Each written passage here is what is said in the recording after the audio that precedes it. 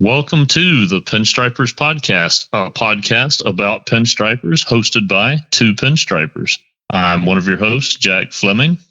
And I am the other host, Freddie Villa. And today we're going to have the great Alan Johnson. We're going to get a chance to speak to him about his upcoming book, or actually the book that already came out, his previous books, his previous endeavors as a legendary pinstriper. We are excited to have him on. And Jack?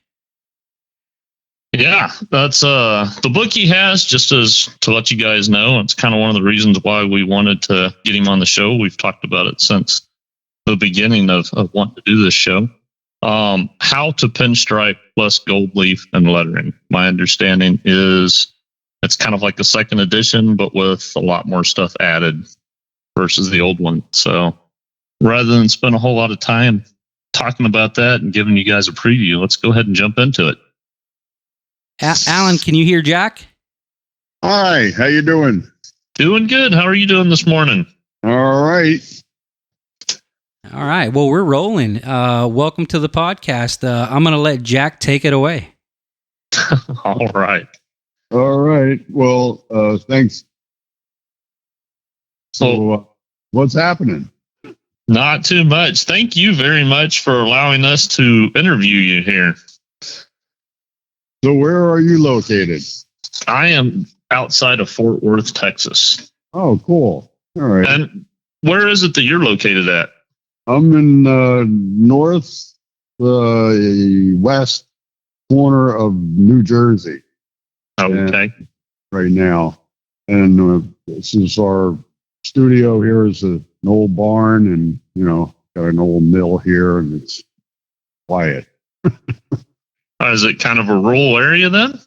Oh, yeah. Yeah, there's hardly anything around here. We got bears and stuff.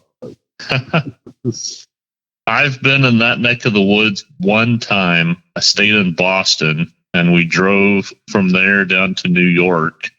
And I remember going through the countryside, and the country there is beautiful. Yeah, once you get away from the city, it is, yes. Yes. Yeah. Well, again, thanks for being on our show here. How long have you been in the New Jersey area? Oh, I was born here in 1946, so that's a while ago. I was lived originally down the ocean area down that way, and then we moved up here after I got a real job in New York City for a while, and then we escaped and came up here, and we've been here for that time. Have you had your business there the entire time then, or? Yeah. Well, I started as a kid when I was living down outside of Red Bank, called River Plaza in New Jersey. And there's a lot of boats and stuff like that when I was a kid, so I started lettering and doing stuff down there.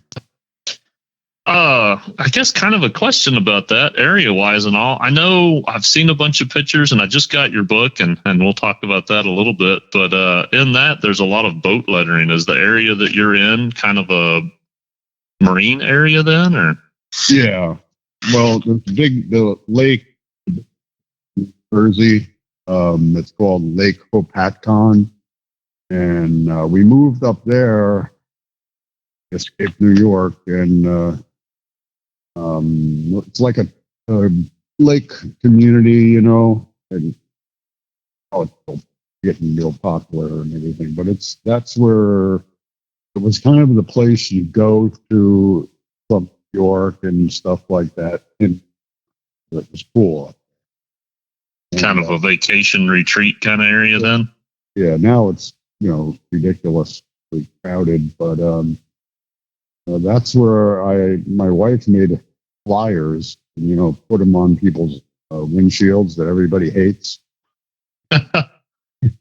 Well, she did that, and it said, "Don't have your boat. Don't put your boat in the water until it's lettered by an artist that knows what you want," or something like that. And the guy on the other side of the lake they restored fish baths, and that's what he did. And I've been doing that since 1970 something. Wow. So this is the third owner that owns that place, and they just do. Now it's called Cat's Marina, and they're the best restoration place in the whole country, I think.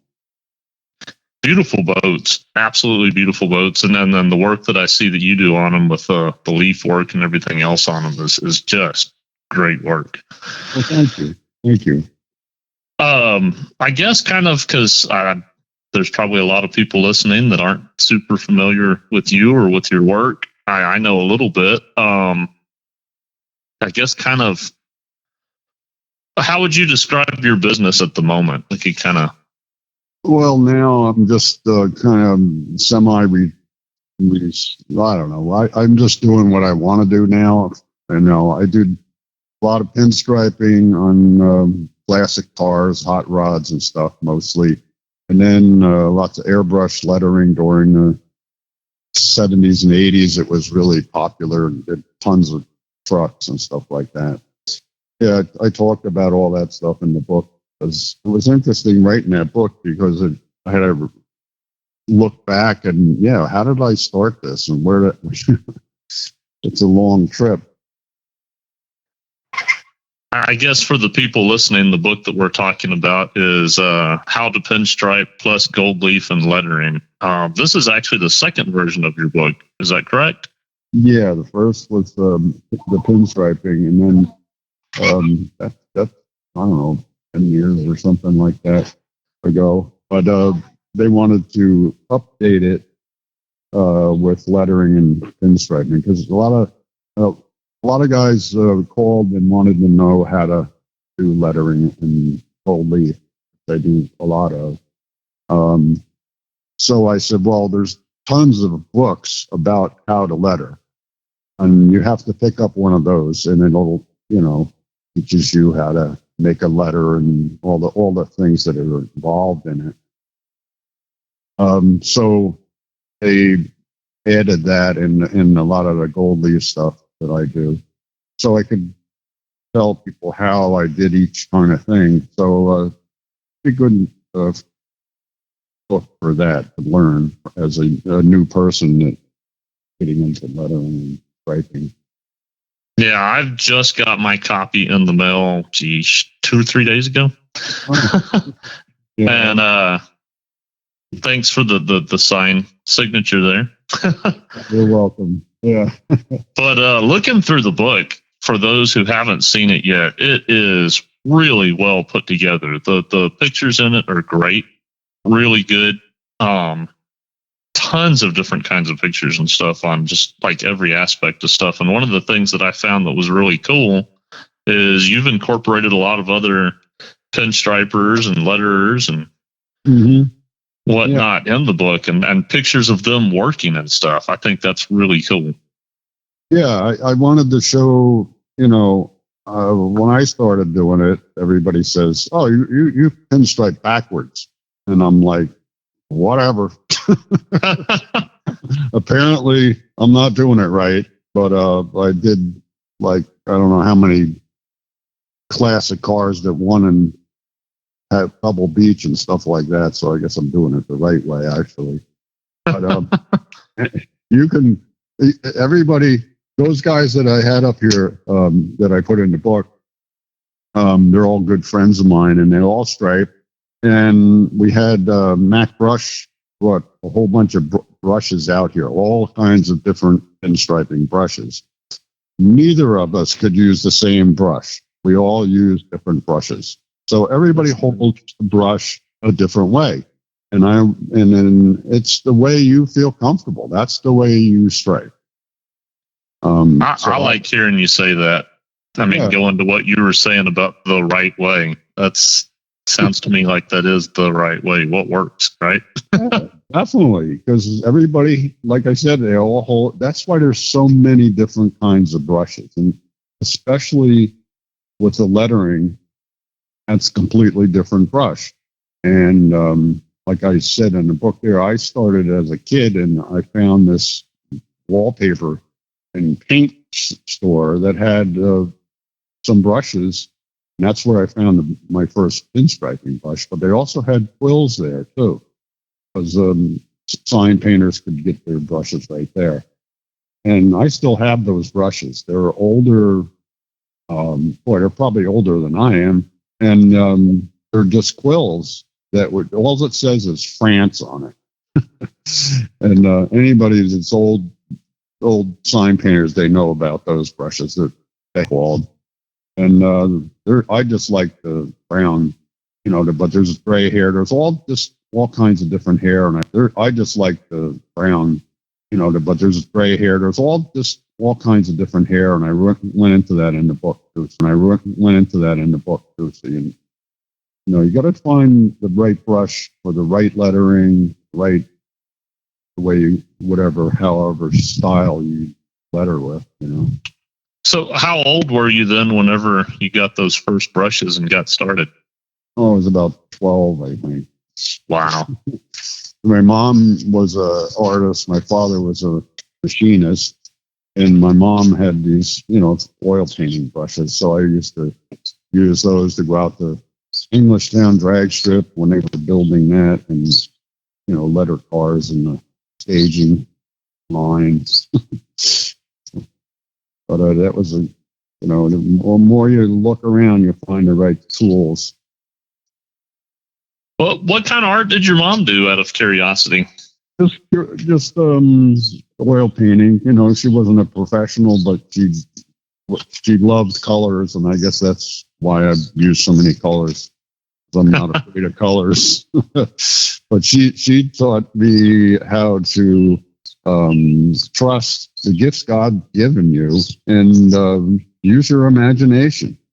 And imagination is what it's all about for me. And you just go with it. As soon as if I'm doing a boat, they'll say the name of the boat. Well, I can picture that name the way it should look just because of the name. You have to have you have to be paying attention to a lot of stuff when you're dealing with customers. What they say, how they look, what they want. There's a lot to it. Kind of mentioning that, and again, looking through your book here, one of the things that I love that I saw that was in your book that ties into that, and I loved it because as a former art teacher, it was something I just tried to beat into my kids' heads all the time, and they always fought me on, is the importance of sketching. Yes. You got a page in here that has a couple of your sketches figuring out names, and there's 15, 20 different versions on a page to show a customer, and that's... Yeah. Well, you don't want to do that. I do that for myself. Right. But if I'm going to show a customer, I'm going to give them 3 choices, and that's it. Yeah, that's smart. You don't need to do all that work. But it's like, I think I said in there, I probably have, I don't know, hundreds of pads. Now that we're here in Jersey, we also go out to Colorado to see our grandkids and everything. When I have a little house out there and lots of pads out there too, because anytime the creation, your ideas come out, you got to put them down right now. And, you're inspired all the time if you're awake. You got to just really draw as much as you can. And I know for me, that's how I figure out ideas is by drawing. Put the pencil down first and then start working it out. Yeah. Because I always did pen and ink drawings and stuff like that. And now I'm doing, oils and acrylics and, for art shows. And that's what I do mostly now. I've seen a couple of pieces. I know I saw one that was like the tail fin off of a Cadillac with the reflection of another car in it. Oh, yeah. I just had that at the big art festival over here in Jersey, in this old castle almost. And somebody bought that. Darn it. Darn it. You wanted to keep that one, huh? Yeah, well, now I got a big spot in my studio here, and I got to put something else up there, but I got time to make a new one. Yeah, definitely. Yeah. So is that, you said you're doing a lot of work like that now? You're doing like representational paintings and stuff? Yeah, lots of canvases and stuff. Well, I do a lot of charity things across the country at car shows, like the out there, the Roadster Show and Pinhead, or what is it called? Pinstripe Legends, and another one in Chicago. It's a real charity, and the money goes to certain people. And so I send out panels all the time, but it's expensive. So now I'm using canvases. It's a lot lighter. Yeah, shipping wise. Yeah. So now I'm using canvases, and that's fun. And then somebody a couple of days ago told me you can't really pinstripe on a canvas. So I don't know why. I've seen quite a few people that do. Of course. And that's one thing that I would say, anybody that's a beginner, well, don't listen to people telling you you can't do anything. Just do it. Try it. Try it on your own. Don't listen to people telling you you can't do it a certain way. What was the art show like that you just had those pieces in? Oh, it was really cool. It was an old mansion that presidents came to. It's back in the woods here, and you'd never even know it's there. But it was a really cool thing, and they had all different things. They had a lot of I think there were 30 of us artists there, and all different kinds of stuff. It was really cool to see everybody's different artwork. That's pretty. Did you put any pinstriping pieces then in that, or? Oh yeah. And they sold another one, which was a blue chipped gold leaf reverse painted, really complicated thing. And it was that sold the first night. So that's awesome. Cool.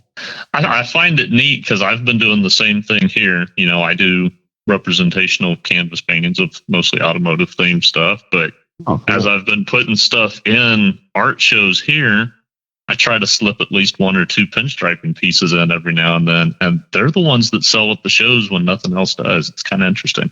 Yeah, isn't it amazing? Yeah, I mean, it's to a crowd of people that aren't there for that, and most of the time don't even know what it is, but really love it. Yeah. Well, somebody also told me that that's not an art form, so I've heard that.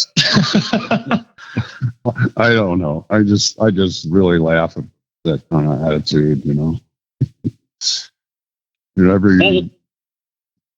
kind of, diving a little bit deeper. You said you were a teenager whenever you started striping? Yeah, wasn't good at it, but I did it. As soon as I got a brush, and it was an old Dominion, I think it was called, and that was a really great brush. And I didn't know, what you can't do with it. So I noticed that every time a young person gets a brush in its hand, they try to do little circles and stuff. Well, you can't do that with that brush. Right. That's for making longer lines. But I just did that, and I had a little shop. A friend of mine let me use a garage behind his. It was a kind of a. What piqued your interest in pinstriping at that time period?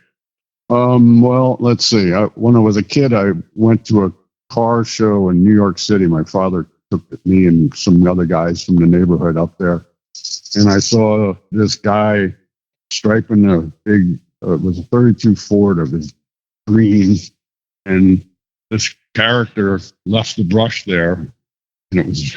I'm looking at it and I'm going, wow, look at that thing, That's how they do those little dashboards that you see in the little books. I could never even see what was in those little books. But that was Big Daddy Ed Roth. And I didn't really get to meet him there, but I met him several years after that at a car show when I was doing it. He was hanging out there with his T-shirts. We had a really good time. I was in Carlisle, Pennsylvania. So he was the first striper then that you saw. Yeah. Well, back when I was a kid, somebody was striping some old cars. I saw it. Occasionally I'd see pinstriping. Not very many, maybe 2 or 3 cars. So somebody a little while back. Mm-hmm. And then I guess that sounds like it's probably around the same time period that he had started a little while back. Mm-hmm. And then I guess that sounds like it's probably around the same time period that he had started in that area. Yeah, yeah. I think we're about the same age, I think. Yeah, I think that he had mentioned seeing Roth whenever he was pretty young in that area too. That's just kind of neat, kind of interesting. Yeah, I mean, he drove all the way across the country for the car shows. You know, New York City was a big deal to have a car show there. You know, and then you saw some other ones around town, armory shows. They have them in there, and everybody has a different style too. It's pretty cool. Was there anybody then, I guess, around that time period that you, I don't know, got to watch work or maybe learn stuff from, or no, not really? Were you kind of on your own? You just, nope, just go to McDonald's and stripe cars. In the McDonald's parking lot. yeah. That's the. And then you go up and down and everybody's cruising around those days down in Asbury Park and all that stuff all around the ocean there. But it's you just keep doing it and you get better at it.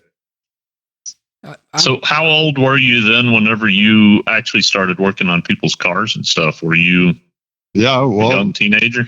yeah. And then as soon as I got my 57 Chevy from a little old lady for $300, I think I paid. Perfect car. And yeah, then I could travel around and do more stuff, more places, a lot of hot rods places and stuff like that. That's cool. I'm curious. Right. I'm curious to know. At one point, did you start actually bumping into other pinstripers during your journey? Well, I'm sure you did, but like how far down the road after you started? It's a long time, because I think back then nobody wanted to even tell you how to do anything, or they would tell you the wrong way to do it. I guess they figured there's not enough work to go around. I don't know why, but I did get a job when I was in high school at a sign shop. I'm going to be a pinstriper. And so I learned how to do lettering more there, because I was doing these big signs and stuff. And there weren't very many people around striping, but I was a smaller area down there, but close to New York, you see a certain cars from New York City with different styles in it, and a lot of cool different things. You didn't know who did them, but there was a couple of guys out in Long Island. They used to have little feet for a signature. I don't know who they were, but that was kind of cool. I feel like I've seen that. I'm trying to remember who that is. Yeah, I don't know who that is, but I'm sure somebody on here knows who it is. Well, that'll be a mystery for us to figure out who did the little feet. Yeah. I guess if anyone knows who that is, email us and let us know. It'd be maybe something neat to bring up. But at the drag strips too, because I went to Englishtown when they built it, and I saw it being built, and then used to go out there. It wasn't far from where I lived, and I would go there every weekend and do cars. So you'd see a lot of striping and lettering at that time. And then, of course, when the funny car world came east from California, that changed everything here. Because a lot of us who we know now, we didn't know each other then, but we all were doing lettering like that on the trucks with airbrush and stuff. That was really cool to see all the California stuff. It seems to me a lot of the people that I really admire the work of that do truck lettering, or even, like you're talking about funny cars and stuff that I've seen, pictures of from past, and people that are still doing it now. Yeah. Interesting that kind of came from California there and then took off. Any young blood was, I think, the pioneer. And that explained. And then back here on the East Coast, you had Glenn Weisgerber. He was the big influence around here. But pretty soon, everybody was lettering trucks like that. And they call it Jersey style. But it's not Jersey style. It actually came from California.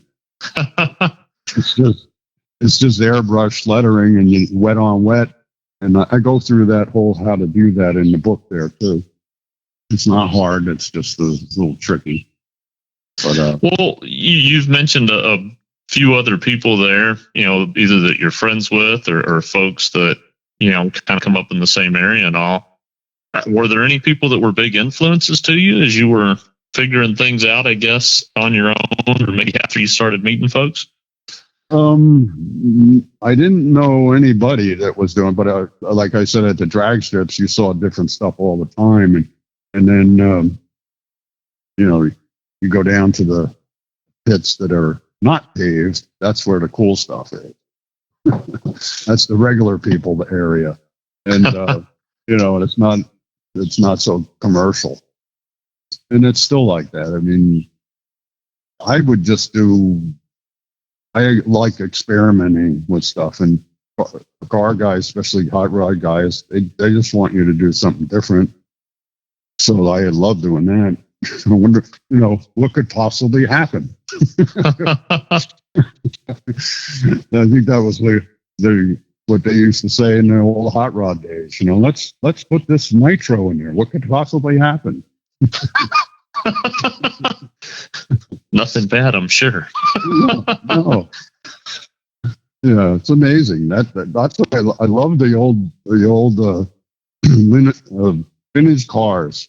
I've done a bunch of those in California and stuff, and boy, they're the coolest people.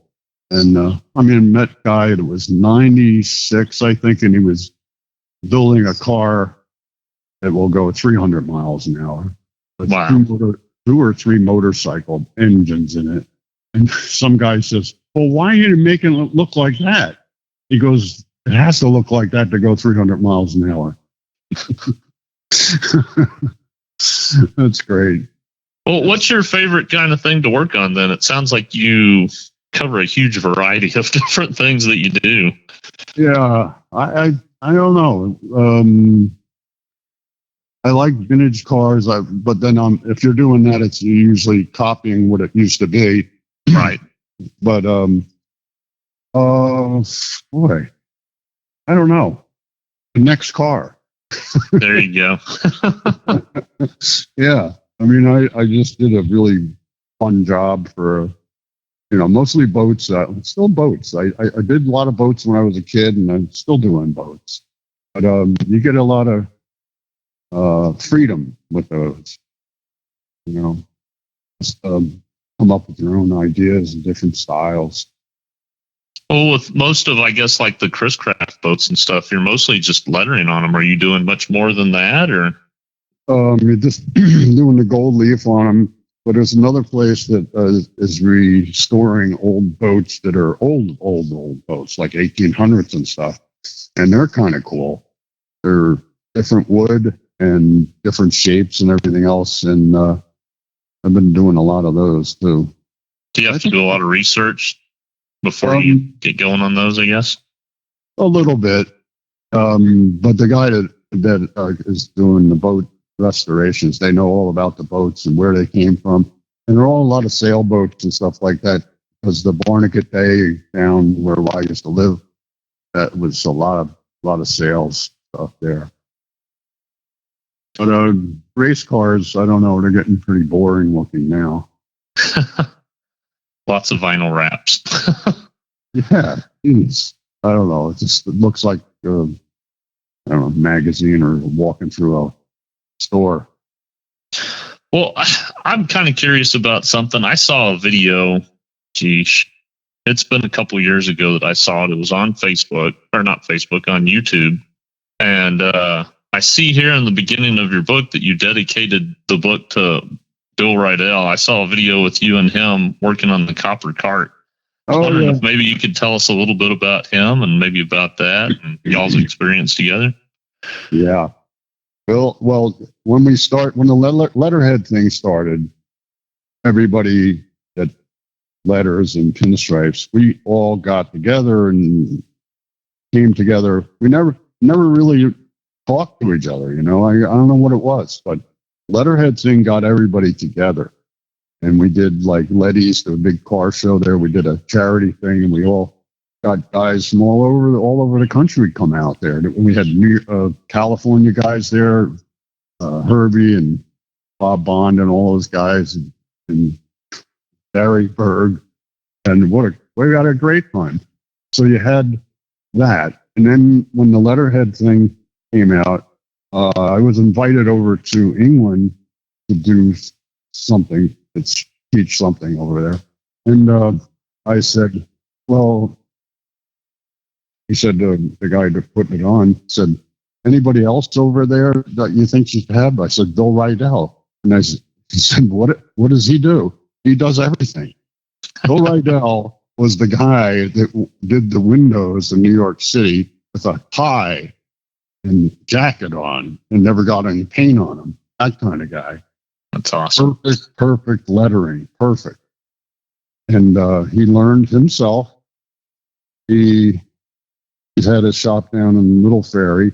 It's near New York City, in Jersey. And he was born in that house, had his shop in the garage in the back of it. And in his whole life, he did signs.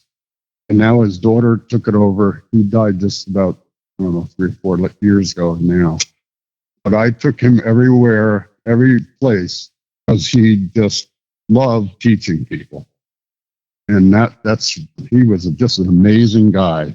We did wall dogs where you're painting on sides of buildings and stuff. That's another fun thing to do. Different brushes. But he was really a wonderful man to teach everybody like that. Yeah, really cool. That's really cool. Yeah, I don't remember if it was that video or another one. It's always stands out to me.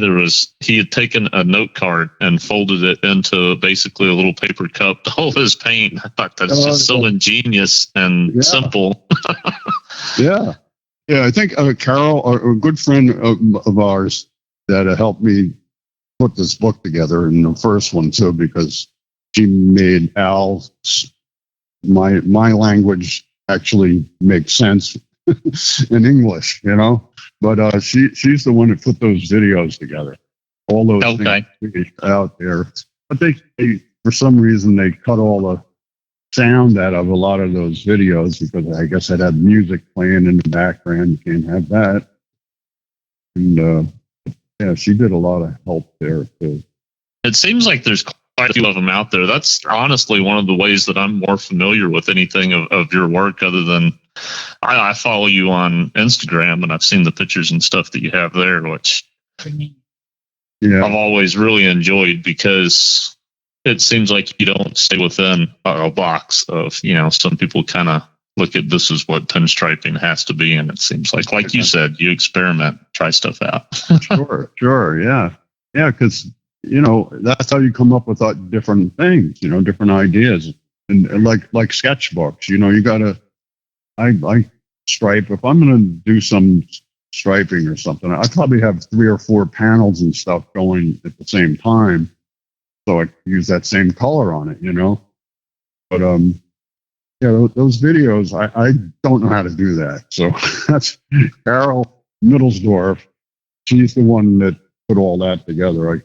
That was really cool. You said she was part of the book as well? Yeah, she's the one that helped me put it together, because she does that for a job, with putting books together.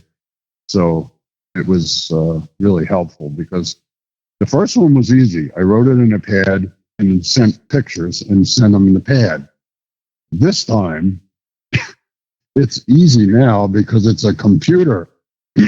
Well, it took me probably a year to put this together, which is a long time because it's I'm not in a computer world. I don't have a computer that does stuff. I got one to just, email people, but the whole computer thing, I have no idea about it. Well, I personally have not seen your first book. I tried to get it a while back, and it seemed like it was either out of print or out of stock. And I'm curious, is there much of a difference between the two books? Is it just kind of a second edition, or is it a totally revamped, totally new?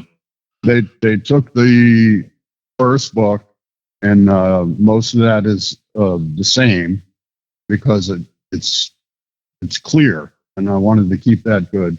I updated with all different stuff, materials, brushes, and things, and then a lot of pictures are different. So that just I wish they would have made the lettering part bigger because there's a lot of information there kind of packed in. Oh, yeah. I noticed that I haven't made it all the way through it yet. I'm probably like 10 pages in at the moment, but it looks like most of the images and stuff that are in here all seem pretty recent.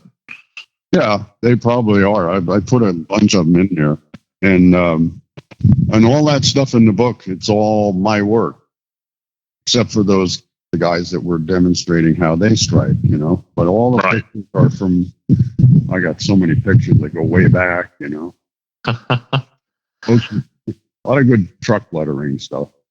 So that's where you make your money. Well, I know when I was. Oh, go ahead, Freddie. I'm curious to know. Sorry, I didn't mean to jump in. I'm curious to know what kind of had you create the first one. What was the idea to create the first one? Oh, let's see. How did that happen? I was out in California at the Bakersfield thing. Some cars we did, and this guy called and says, I'm from Motor Books, and everywhere I look about pinstriping, I see your name. Do you want to do a book? And I go, well, yeah, I guess so. I don't even know who these people are, but I said, do that. So I said yes, and it wasn't easy. I didn't have any of that experience, so it was hard. But I wanted to help people that are trying to learn because it's not easy to explain, how to hold a brush or how to use it. And actually what I did is, okay, how do you pinstripe? I don't know. I know how to do it, but how do you really teach that? So it took a lot of time to figure that out. And then after that, I did a lot of teaching at different shows and stuff like that. And over here at New York City. But it's hard to teach. I mean, everybody's got a different ability. So you may get 3 people that know what they're doing and other people that just can't get it. You have to really spend some time with them. Yeah, that's understandable. Well, I appreciate that. Yeah, I was curious to know how that came about. I've seen a few books. I personally don't have any. I'm kind of have a hard time reading, to be honest. I do a lot of visual and videos now. Videos are all over the place.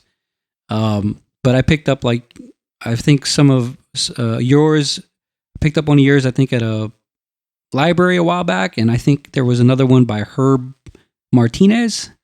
Oh yeah, Herbie. Mm-hmm. And I think there was Todd Hansen won. Todd Hansen had a book of designs. Todd's another good guy. Yeah. Yeah, and those were great to see in the beginning, but as a beginner, I didn't quite understand. I didn't have anything in my hands either. I was in a library, so. Yeah, I think a video is a better way to teach it. I think because it's you can see it, actually see how you're doing it. Because I had to look at my hand and go, oh, I'm doing this. And then you turn it this way, It's hard to describe words for me anyway. Yeah, it's hard to describe in video. I do some how-tos on YouTube, and it's hard to... I still have people asking me how to get the right consistency on paint, but I don't really know what to tell them because it's all determined by a lot of different things, right? Oh, yeah. Yeah. Yeah, and there was all kinds of paint. I mean, I've used everything. And, because again, boats, they had really good paint back when I was a kid. And I still have bottles and cans here. Matter of fact, this can here, oh, geez. This is a quart can of red lead. And this thing weighs about, gotta be almost 10 pounds. Jeez. But that'll cover really good. That's the problem. They improve the paint and it doesn't work as good. But it's all the stuff that you're not supposed to have, like lead, and I can understand that. But all the companies go through it, and some of them are better than others. There's a lot of different paint companies. So I put all those new ones in there because there's a lot of different ones. And I've tried it out. All pretty good. Yeah, I think there's a great resource in here for paints and brushes and even leaf. I did see that, and I saw it a little while back. I know I've been getting leaf from them, the W&B. Yes. I saw that you kind of have a kit with that. Yeah. Now that was, again, there's our friend Carol. She says, why don't you see if they can, because I showed her how to do some painting and stuff. She's an artist too.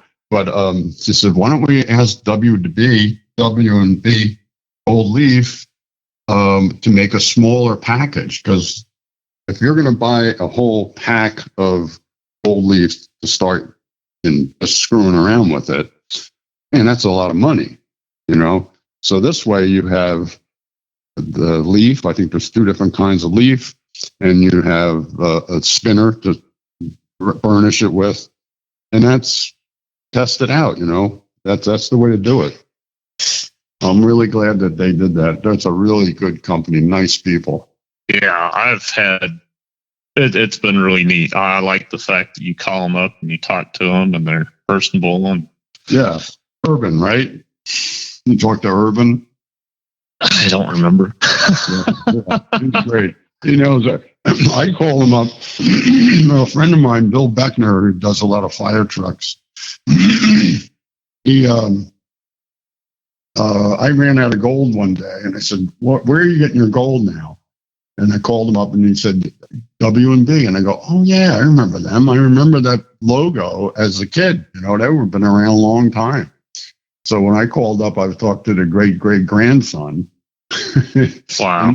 And he's telling me about, you can do this, and then if you want to get a pack, you can get a pack. You can get so many, different ways of it. I was sold in like 5 minutes, and I probably talked to him for a half hour. Yeah, I know Jen Thomas turned me on to them, and we were talking about the prices of leaf and all, and I had told her what I was paying for what I was getting from the place I was getting from. She's like, you need to try these people out. And it was like half the price. Yeah. And they got, I'm over in shop now. I'm just looking around here. They have, this is a really cool thing. They have a sample of all the variegated leaf. Variegated leaf is different types of copper or other types of stuff in colors that are unbelievable. And I remember as a kid that you could get red and blue and green maybe, but they have patterns now that are just out of this world. You said they have a sample packet? Yeah, they have a sample packet of where it's probably. I'm going to have to get one of those. Definitely. There's probably like, oh man, there's so many cool colors in here. You know, I have my favorites. So the kit, I guess, that you have there, you said that's mostly geared towards beginners then? Kind of an introduction? Yeah, so you don't have to buy a whole lot of stuff, you know? That's really cool. Like I know a lot of people like to buy out millions of different kinds of brushes and all that stuff before you even get into it. I mean, I used the same brush as a kid forever. And, you don't need a lot. You don't need tons of brushes. Well, it's nice sometimes when you come across those people, whenever they gave up on it, you get their leftovers. Oh, yeah. Don't tell anybody. Well, I guess another thing too, since kind of putting stuff out there for the people that are listening. So there's the book that you have that's kind of an introduction how-to deal. There's a kit out there that's got your name on it from WB Gold Leaf. You've got brushes too, is that right? Oh yeah, that was cool. I was out at Steve Chizaka's had a gig at his place a long time ago, and I was out there doing a panel and I was signing it, and the guy from Mac Brush, he said, "Wow, we should make a brush like that." I said, "Well, yeah, I just got a little brush and chopped it up until it worked for me." So they made the brush to my specifics, and and then when I think we got like 4 or 5 different kinds of brushes now, just for doing different things, and they work real good. So, and I think I saw in the book here that there was, if I remember correctly, like a set that had, I think, liners maybe, and yeah, the liners. I made those for doing the gold leaf lettering because it's the same hair as in a striping brush. And if you're going to do a nice, big, decent sized letter with that, you don't want it to screw up when you're doing a line on gold leaf because it'll totally ruin the job. So that's why I had to make them, and it's just wonderful. I use them all the time. They're good. But now there's a lot of people making their own brushes now. So you have a huge variety of brushes now. But it's neat too, like you said, everyone uses different brushes because everyone does stuff differently. So yeah. And what's his name? Mondego. He's got a really good bunch of brushes, and his striping brush is excellent. It really is bulletproof. Nice brush. Yeah, I use a few of his brushes. Yeah. I don't do a lot of the scrolly stuff. I did, but I just don't like doing it. But there's different brushes for that too. Well, something I've been thinking about since we talked about it just a little bit ago, we mentioned that you had, I guess, very briefly mentioned that you had worked on the truck Copper Cart. To me, that's kind of an iconic vehicle. Are there any other jobs that you can think of that you've done that a lot of people might recognize? Or probably. That was really cool. The guys that built that car, it's the clone of the Copper Cart. Okay, so it's not the original. No, they're from down South Jersey, and they were going to go out to Detroit for the big car show. So they drove they trailered it up here, and it was snowing. They took it out of the trailer in the snow, and they put it in here, and I had to do that job in 2 days. Wow. So, I said, and of course, I had one sheet of copper leaf. So I called Bill Rydell and I said, Bill, I need copper leaf. Can I come down and get some? And I go, wait a minute, why don't you come up? That would be good. He loved it. He always loves to work with you, So we had a good time doing that.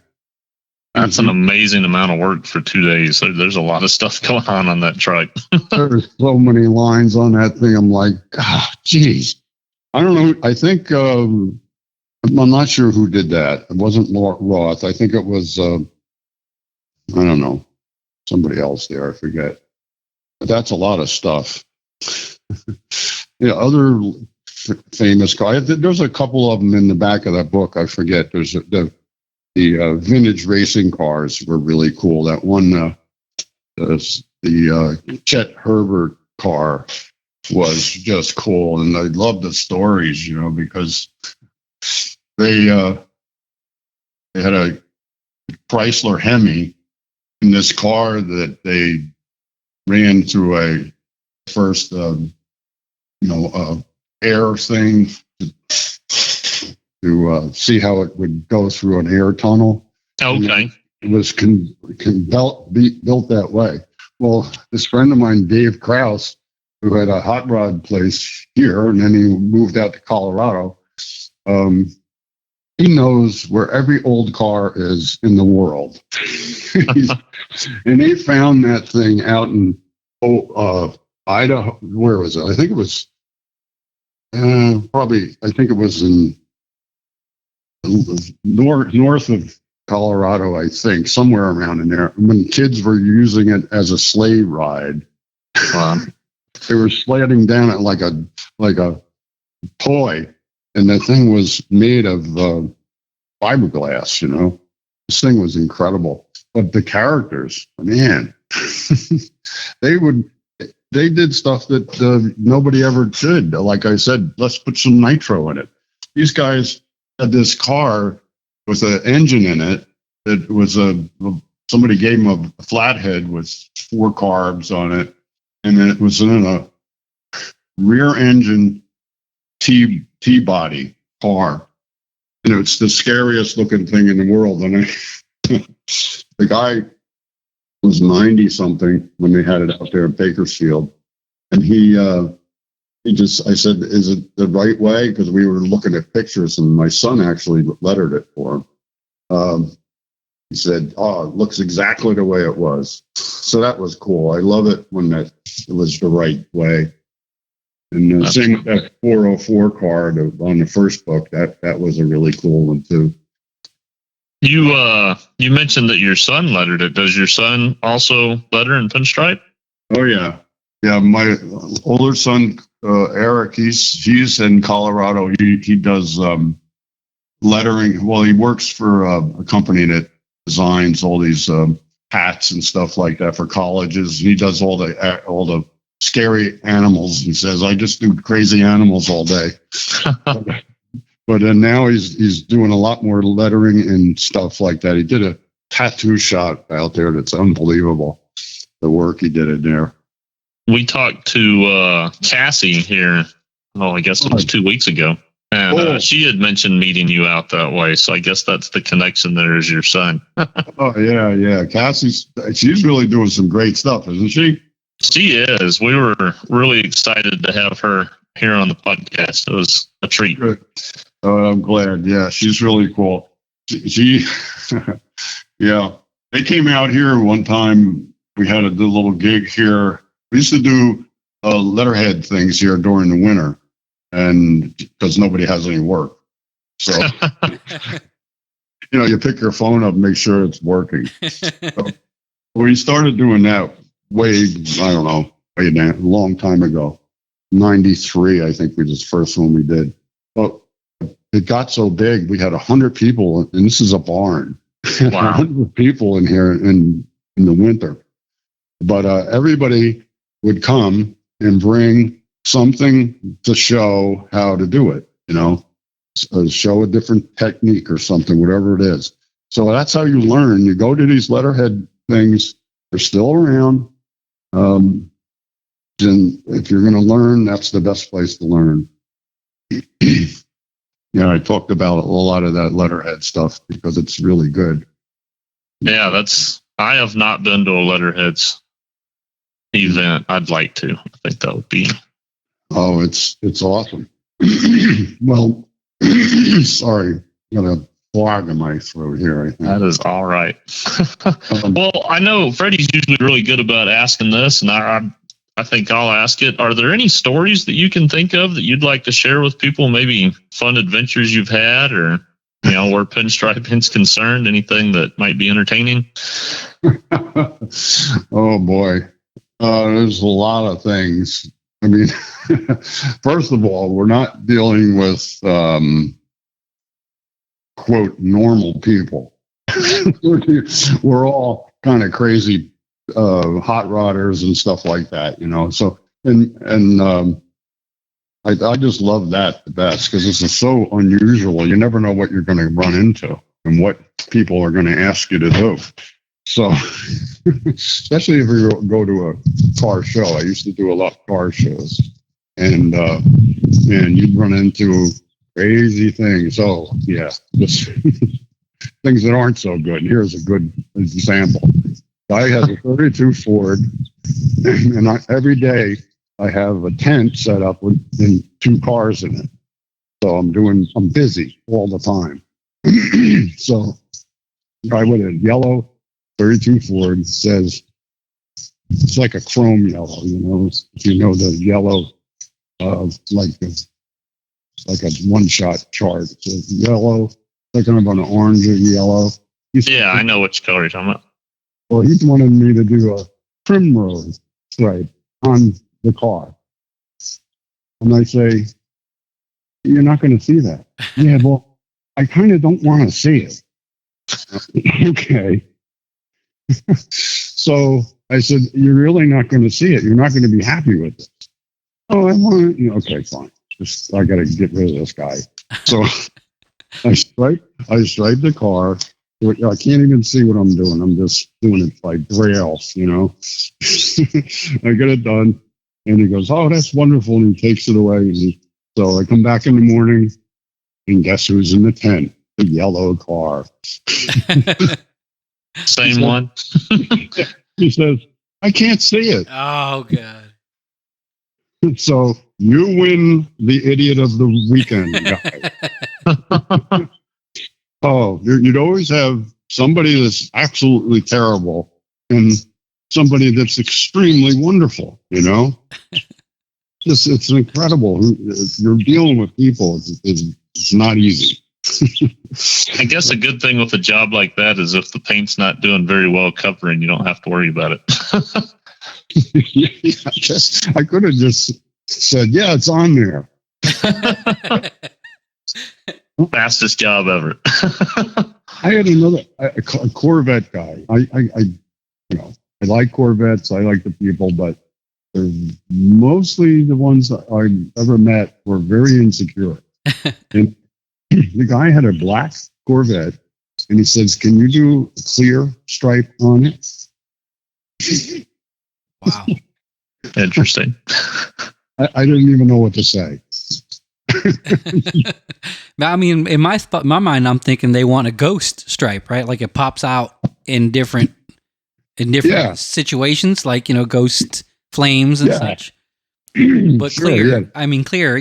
That's weird. Yeah.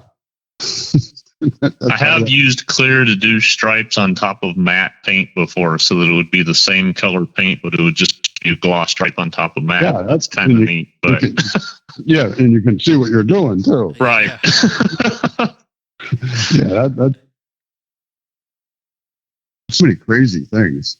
Whew, man. I remember I was at a show somewhere up by Canada somewhere, and everybody's nice. I never had anybody a problem with any hot rod guy. Never had a bad check. Nothing. They're all wonderful people, and they're most generous people for the charity things too. So this one guy says, I want to do a cartoon of my car on the back. That was a thing for a while. And I hated doing that because it takes forever and, but fine. Okay, I'm on it. So I put it out on the back. Started to put the gray down for the chrome that I'm going to do for the wheels and the blower and all that stuff. The guy comes back and he goes, "Oh, I don't think I'm going to like that." I said, "Well, you got to do the gray down. Then you put the warm and it's cool and the white and the dark and it looks like chrome." "Oh, I don't know if I'm going to like that." And he walked away. So, meanwhile, this guy with this red car over here, I'm doing nice graphics on it, having a good time. The guy loves it. And I say, "Judy, I'm going to wipe this off." Because I didn't have anything but the gray part. So I swiped it off. So it comes back.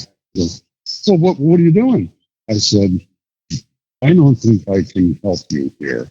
I think you should bring this to my shop in New Jersey." And he's like, "From Canada."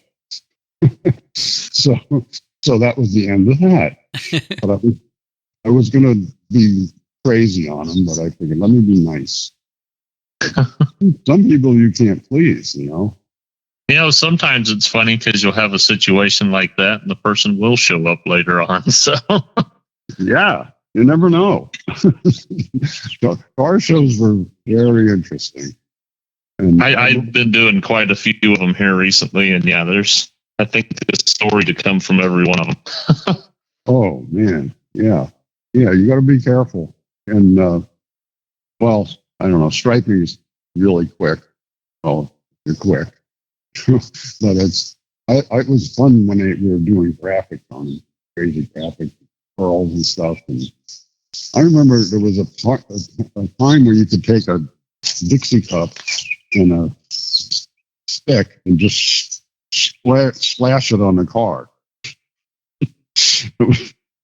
A graphic, and you just have this craziness on it. And people like, "Wow, that's really cool." Sounds like the 80s. Yeah, that's what it was, 80s. You still see some running around with the same kind of paint jobs on them.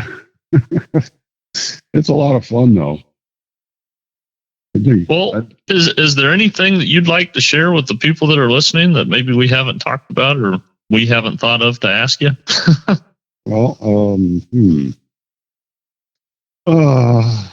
you mean wisdom? Yeah, tips or wisdom or maybe don't take wooden nickels kind of thing. Number one, I would say definitely there's got to be a way on the internet to find out where letterheads things. And they could be in your own neighborhood, or get together. I think I wrote this in the first book. If you have another friend that's striping, get together once a week to do that, and invite other people to do it. And then you'll start. That's what it's all about, passing on your information. Like I said, back when I was doing it, they would tell you, "Yeah, use tar," or something that doesn't work. I don't know why that was all about that. But yeah, like wall dog things. They're every June and July. You just look at wall dogs, or even look up letterhead on the computer. I'm sure you'll find these places everywhere. And most of the car shows, like big car shows, there's usually a group of us there playing. You just come right in there. Don't be afraid. Most of us will help you find out what you're doing just by watching it. You can see, maybe you're holding the brush the wrong way or whatever. I know the first. Well, I guess it was a few years back. There was in Dallas here. There was a big group of Pinstripers at the car show there, and I found out about that. And at the time, I had only ever met one Pinstriper before, and had been playing with it for over 10 years. And decided I'd go up there just to meet other people and see them. And within a couple hours of hanging around, the guy that was running it says, "You got your brushes with you? Come find a spot at the table." And that's kind of all over after that. Oh, yeah. You never know. But I'm just happy that I got to know all the stripers and we're all good friends now. You know, all the guys letter and do that. I think that's the coolest thing about it. Plus, go to the hot rod shops and these places like ones I do all the Duesenbergs and stuff. That's an incredible place. You see the car come in a basket and it goes out Pebble Beach. You know? Amazing the workmanship, restoration stuff. A lot of work and stuff like that, because you mentioned that. You mentioned the shop that does like Chris Crafts. Are you, I guess, do you kind of have an in with sort of specialty type shops that really focus on one thing? Has that been? Yeah, I did. Let's see, there was 2 or 3 places around in the tri-state area here that did classic cars, and I striped them. See, I striped trucks and cars and never thought much of it. But then realized, wow, these cars are going to Pebble Beach and winning. You know, wonder why. That's really cool. Yeah, and you know, it's a whole different thing. All the cars and trucks, everything is a different thing, different way to handle it, different brush. Have you had an opportunity to go to Pebble Beach yourself then to see any of the cars you've worked on being shown, or?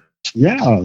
Now, on the back of the book, you'll see Roger Morrison in the last page. He's the guy that did the forward last to the first book. He is the one who found that car, the 404 car. And, okay. Yeah, I'm looking at that. Yeah, and that's amazing amount of work on that too. Matt Von Dutch did that. So I had to do it, but well, I think I talk about it in the book too. Yeah, strange stuff. Yeah, I guess Pebble Beach is a little bit different kind of car show. So, well, they invited that car there, and Roger is such a cool guy. He sent me and the guys that built the car, restored the car, to Pebble Beach. I mean, that's really neat. He's a very wealthy man, and he's a real nice guy, which is unusual because a couple of them I had were not like that. But I went there for that, and then I went there another time. I just think it was a Packard or something. Or yeah, yeah, that was that was the other kind of person. But yeah, that's what I love about some of the people that have the money to do this, to find these cars and restore them. I mean, I that 303 car you'll see in the back, that car was literally in a basket, and he took it on and restored the whole thing, paid for that, and you know, I think that's in some museum now. I think they're both in museums. That's neat. I worked for a guy, several years back that he spends a lot of his time now working for people that just restore, you know, vintage race cars and whatnot to whatever they were like during specific races. And, you know, it's all people who have the money to put into that, but it's a really neat way to preserve that history. It's cool. Yeah. Yeah, it is. And then if it wasn't for those people, it'd be just dust, you know? Yeah. That car that was in the baskets, that I saw 2 guys that said, no, I'm not going to do that. I have a really good customer that collects hot rods and Packards. He's got the biggest bunch of cars. He's got three buildings with cars in it out here in Jersey. And man, you'll see stuff you never even saw in your life. That might be an interesting question. What do you think is the most unique or rare car that you've had the opportunity to work on? Boy, they're all so different. Well, I would say Ralph Morano has the biggest collection. And well, then that's Packards and stuff. But I had another guy. His name was Michelle Rothschild, and he had probably 20 cars in his places. And I did 3 or 4 cars for him. He called up one time, says, I heard you do the pinstriping at the Stone Barn and his other places. And I have a car that needs to get striped, and just come down. You'll see it. The door's open, and I did 3 cars that way before I met him. And they're all like 1895 cars, just old stuff, really crazy stuff. And I think that's in the striping part in there. I think it's still in the book. But what a cool guy! And finally, it was a 2-story thing, and I hear this banging around upstairs, and I go upstairs, and he's got his head in this 1896 Frisson of some French part. And he's going, stupid people that get the transmission out of here. You got to take the steering out of it. Everything. So they made dumb cars even back then. But what a cool guy. There would be lunch for me there and music playing. An amazing guy. The people are really incredible. The most interesting people I ever met. Well, talking about people you've met and other stripers and stuff, one of the things that we've been asking, as we had people on here, I don't know if you've heard any of the other episodes we've done. We've had Craig Judd on here, and we've had Steve Shizeka. Oh, yeah. We've had Howie, and then we just talked to Cassie recently. Is there anybody that you would recommend that you think might be a cool person for us to reach out to? Or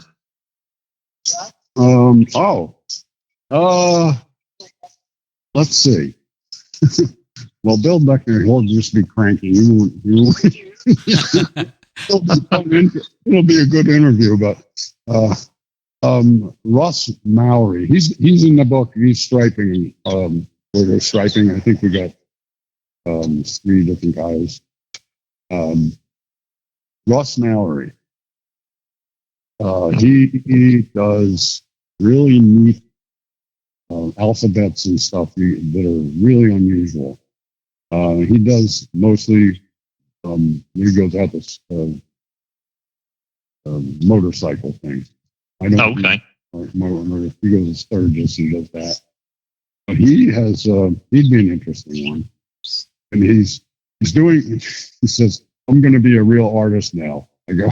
I just start laughing at him. I go, "What the hell do you think you're doing now?" So now he's actually going and doing more paintings and strange things and stuff like that. But he'd be an interesting one because he's got some tales, I'm sure. Yeah, it'd be nice to talk to somebody about Sturgis and maybe hear some stories about that, I'm sure. Oh, yeah. Oh, boy. I think Carol did a video of him somewhere. It's probably on, I don't know where her stuff is. Oh, you probably can go to Carol Middlesdorf's YouTube channel, I think. Maybe you'll see it in there because she was out there at Sturgis and she did a little thing about him. But he's got a real method, a different whole outlook about things like that. Yeah, he'd be a good one. Yeah, I have to look into it, see if we can get in contact with him. Freddie, did you have any other questions? Not that I could think of. I think we've covered pretty much the gambit here. Well, I hope you edit all the garbage out of it.